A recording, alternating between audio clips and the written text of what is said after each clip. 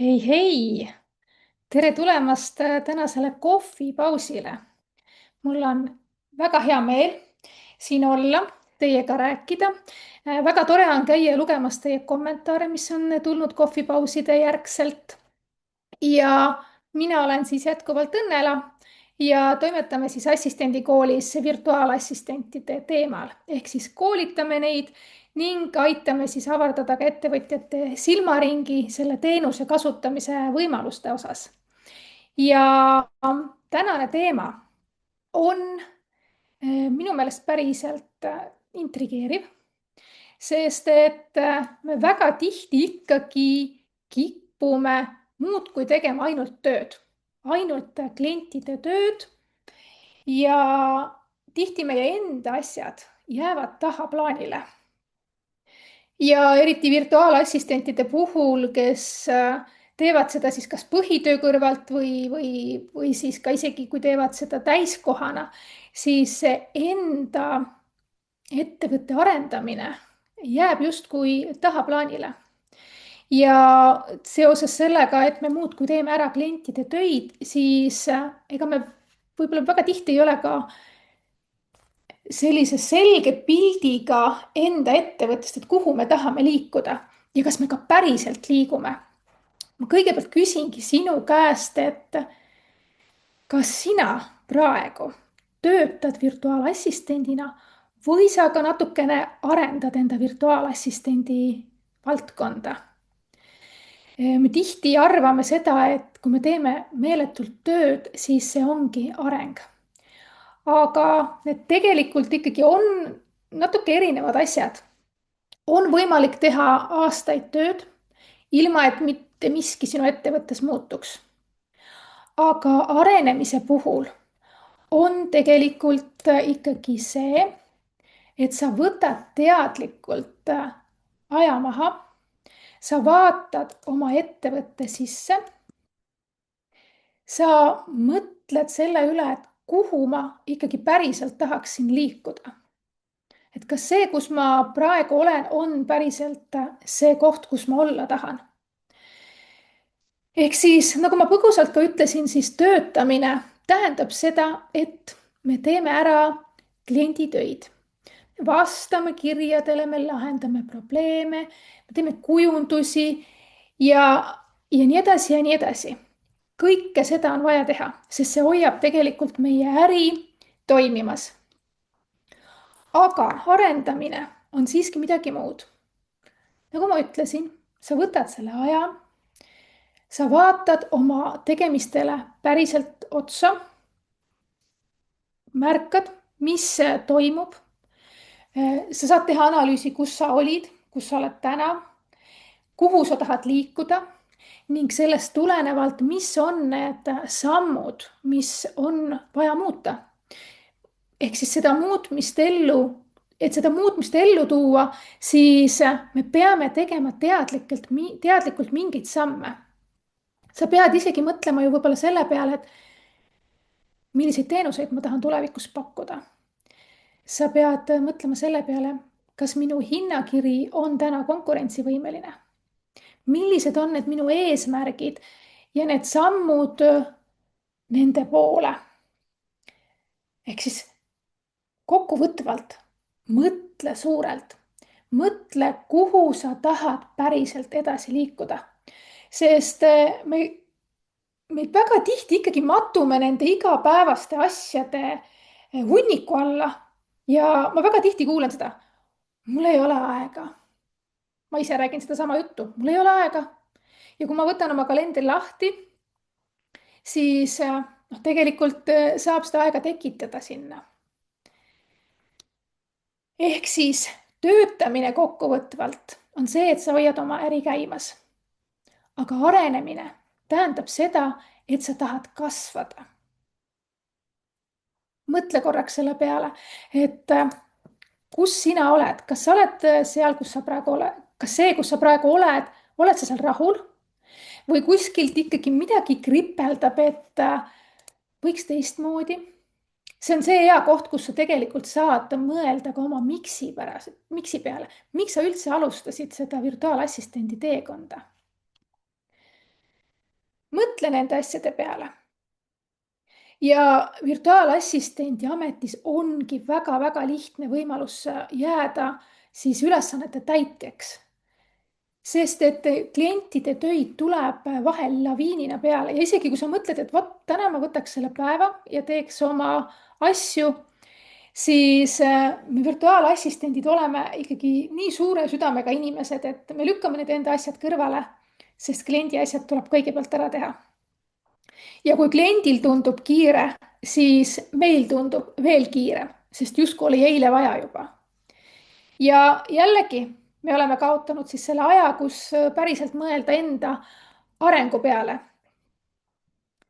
ja nagu ma ütlesin seda, et meil ei ole aega, aga tegelikult tihti võib-olla ka ei mõelda üldse selle peale, et mis võiksid olla need järgmised sammud. või on lisaks ajapuudusele on sellised põhjendused, et ma tahaks veel kogemust juurde või et praegu ei ole see õige hetk. või et ma teen ära selle ja siis veel selle ning siis hakkan vaatama, et mis on need asjad, mida mina oma ettevõttes võiksin ära teha. Need põhjused, kas teile ei tundu, on tegelikult ükskõik mis asjas ajakohased või asjakohased. mulle tunduvad, et kõik needsamad põhjused käivad kaasas meiega erinevatel teemadel. kas me siis hakkame võib-olla töökohta vahetama või me hakkame midagi uut õppima või me tahame, no ma ei tea, mis iganes me tahame, aga need põhjused justkui sobivad absoluutselt igale poole.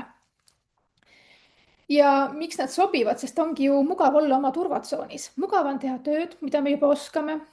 aga palju raskem on tegelikult endalt küsida, et kas mu äril on selge suund, kas ma üldse olen mõelnud selle peale või ma tegin selle ettevõtte lihtsalt selleks, et hakata tegema tööd kellegi teise heaks ja siis tehagi 24/7 tööd, mõtlemata siis, mis edasi saab 3 kuu pärast, poole aasta pärast, aasta pärast. ja areng ongi selline asi, mis tegelikult iseenesest ei teki. selleks on vaja luua teadlikult seda ruumi ja sul on vaja ikkagi tohutult julgust, et sa suudad nendele asjadele otsa vaadata. kuni me seda ruumi ei võta, siis me ikkagi justkui kustutame tulekahjusid enda ettevõtte vaatevinklist. ja ühel hetkel sa võib-olla taipadki seda, et ma olen väsinud, ma ei jaksa, ma ei taha.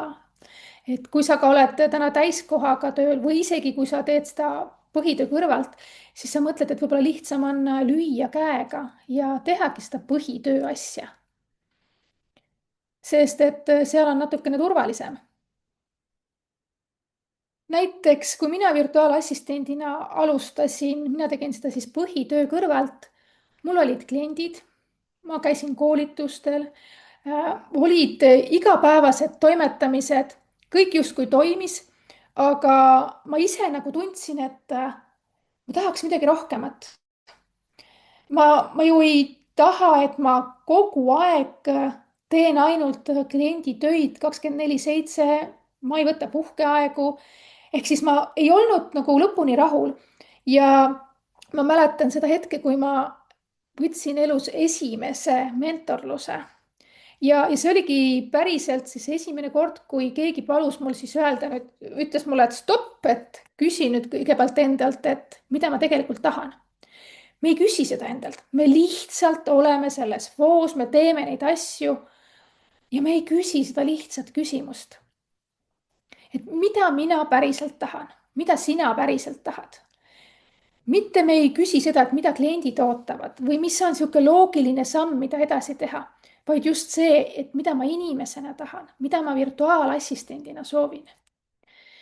ja noh, üks asi on see, et kui keegi su käest küsib seda või sa iseenda käest küsid, siis teine asi on see, et kui julgelt ja ausalt sa vaatad siis endale otsa ja nendele sellele küsimusele vastad. et kas sa päriselt julged öelda seda, et ma ei ole üldse rahul, kus ma olen. kas sa julged võtta seda vastutust, et need muutused, mida sul on vaja teha, need ongi sinu tegutsemist vajavad muutused. keegi teine neid ära ei tee. ja see ongi sama, et lihtsalt nende tegutsemiste käigus on jumala lihtne enda unistused kuhugile kaugele ära jätta. no milleks need eesmärgid üldse? ja ma ju tegutsen.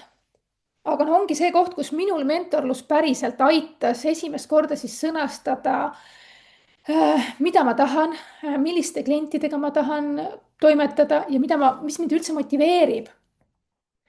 ja siis selliseid küsimusi küsides tegelikult sa saad aru, et ikka päris oluline on see, kui sa vaatad iseendasse. et me lükkame neid küsimusi edasi ja kui lõpuks ma olin enda jaoks need küsimused ära vastanud, ka selle sõnastuse teinud, siis tekib selline ikkagi teatav kergendus, sest sa justkui hakkad aru saama, mida sul on vaja ära teha. ja no mina ütlen ausalt, et kui mina ei oleks käinud mentorluses, siis ma ilmselt ei oleks teinud teatud samme, sest et nad on ikkagi parasjagu hirmutavad, sest sa vaatad endale otsa, sa pead mugavustsoonist välja astuma. aga kuna mentorluses sa ikkagi olid kohtumised ja sa kogu aeg andsid aru, mida sa olid teinud, kas sa olid teinud või kui sa ei olnud teinud, siis miks ei olnud teinud, mis on see takistus, siis see paneb sind nagu liikuma. ja toongi mõned näited, ma korraks juba mainisin ka, ehk siis töötamine. mis on töötamine? vastan kirjad, täidan kliendi jaoks erinevaid ülesandeid, teen projekte lõpuni, kujundused, ehk me täidame klientide ootuseid. aga enda ettevõtte arendamine on jällegi see, et ma vaatan oma hinnakirja üle. vaatan, kas mu suund on selge, kas mu sihtrühm on võib-olla muutunud. siis mis on need teenused, mida ma päriselt pakkuda tahan? alustaja virtuaalassistendina me tavaliselt paneme hästi palju teenuseid sinna, aga ajas me muutume, sest me õpime rohkem, me saame oluliselt rohkem kogemusi, me saame aru, milliseid töid me päriselt teha tahame. ehk siis ka need teenuste nimekirjad on vaja üle vaadata. samamoodi turundamine ja enda koolitamine. ehk siis need on kõik need asjad, mis tegelikult on suunatud sinu ettevõtte arendamisele. ja noh, tahes-tahtmata, kui me ei mõtle homsele, siis jäävad sinu hinnad samasuguseks. ja sinu kliendid võib-olla ka ei muutu, mis ei tähenda seda, et see on halb, aga kui sina kasvad ja sa ei ole enam nende klientidega rahul, siis ilmselt sa ei julge teha ka seda sammu, et sellest kliendi suhtest välja astuda. ehk sa ei julge iseennast valida. seesama valiku koht on väga oluline, et kus sina julged teha valiku endast lähtuvalt. kuidas siis võiks seda arengut hakata siis looma? nagu ma juba enne ütlesin, see aeg tuleb võtta, kalendrisse broneerida, et sa võtad oma ettevõtte aja ja panedki oma kalendrisse selle fookusaja, see on minu ettevõtte aeg. ja võib-olla võtad ka tükkideks need teemad, ehk sa ei võta kogu kupatust, vaid sa hakkad samm-sammult, nagu ma olen alati rääkinud, väikeste sammudega. võtad ühe asja fookusesse, teed ära.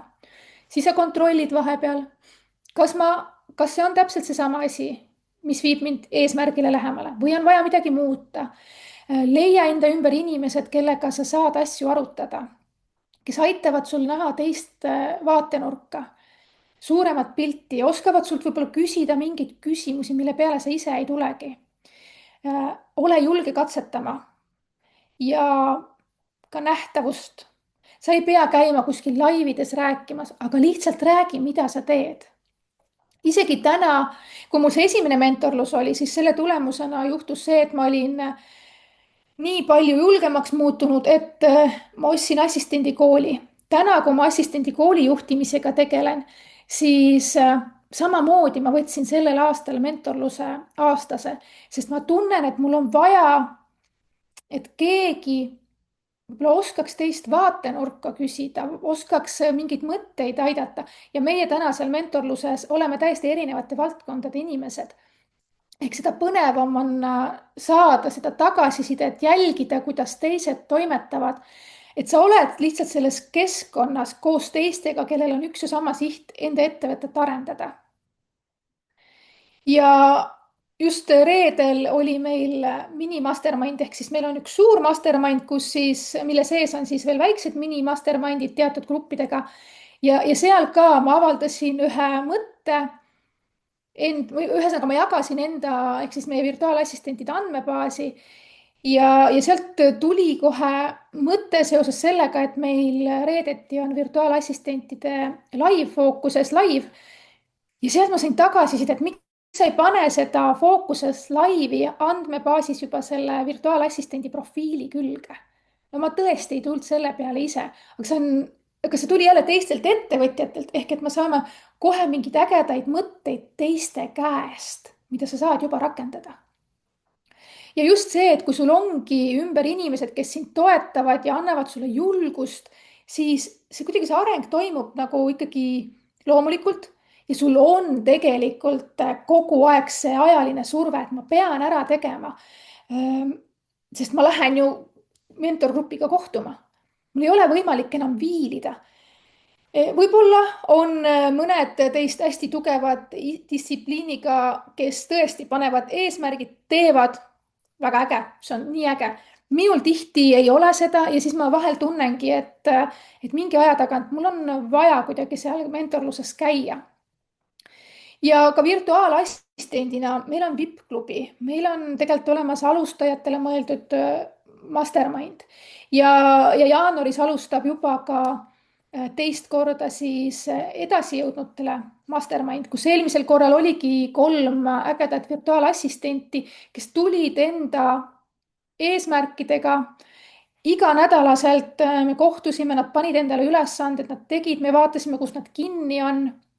ja 3 kuu möödudes vaatasime üllatusena, et tegelikult on nad oma teenused saanud selgemaks, nad on oma eesmärgid kõik täitnud, mida nad seal endale seadsid.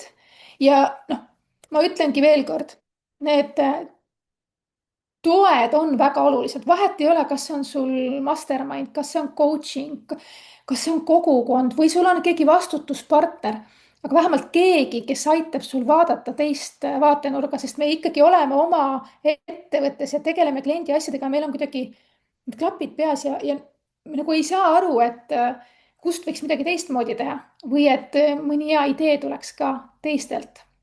nii et kui sul on tunne, et sa vajaksid virtuaalassistendina natukene sihukest fookust ja mõtet, siis ma ootan sind jaanuari gruppi, me võtame ainult 5 inimest. ja eelmise grupiga on veel selline äge lugu, et nad jätkavad siiamaani 3-kesi, et neil küpseb peas ikkagi mõte midagi ühiselt ära teha. ja loomulikult ükski coaching, ükski koolitus, ükski mastermind ei tee sinu eest otsuseid ega ei tee ära sinu eest tööd.